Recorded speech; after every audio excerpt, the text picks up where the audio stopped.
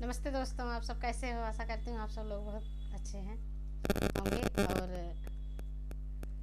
मस्त होंगे। यही आशा करती हूँ आप सब लोग बहुत अच्छे रहें। मैं एक बन्ना बन्नी गीत लेकर आई हूँ आप सबके बीच में। गीत को सुनिएगा और जैसे लगेगा कमेंट करके ज़रूर बताइएगा गीत कैसे लगा। मोतिनी लाल बंदरी कई कई कली हो, मोतिनी लाल बंदरी कई कई कली हो। मोतिनी लाल बंदरी बागों में देखा, बगीचा में देखा, बागों में देखा, बगीचा में देखा। जब देखा तब नेमुला खड़ी हो, मोतिनी लाल बंदरी कई कई काली हो, मोतिनी लाल बंदरी।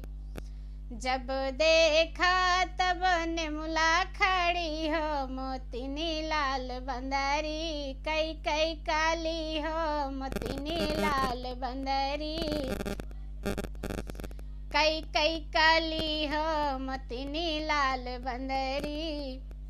कुआं तारों पे देखा, इनारा पे देखा, तारा पे देखा, इनारा पे देखा। जब देखा तब घटवा खड़ी हो, मोतिनी लाल बंदरी कई कई काली हो, मोतिनी लाल बंदरी कई कई काली हो, मोतिनी लाल बंदरी कई कई काली हो, मोतिनी लाल बंदरी। महला पे देखा, दो महला पे देखा, महला पे देखा, दो महला पे देख। जब देखा तब खिड़की खड़ी हो, मोतिनी लाल बंदरी कई कई कली हो।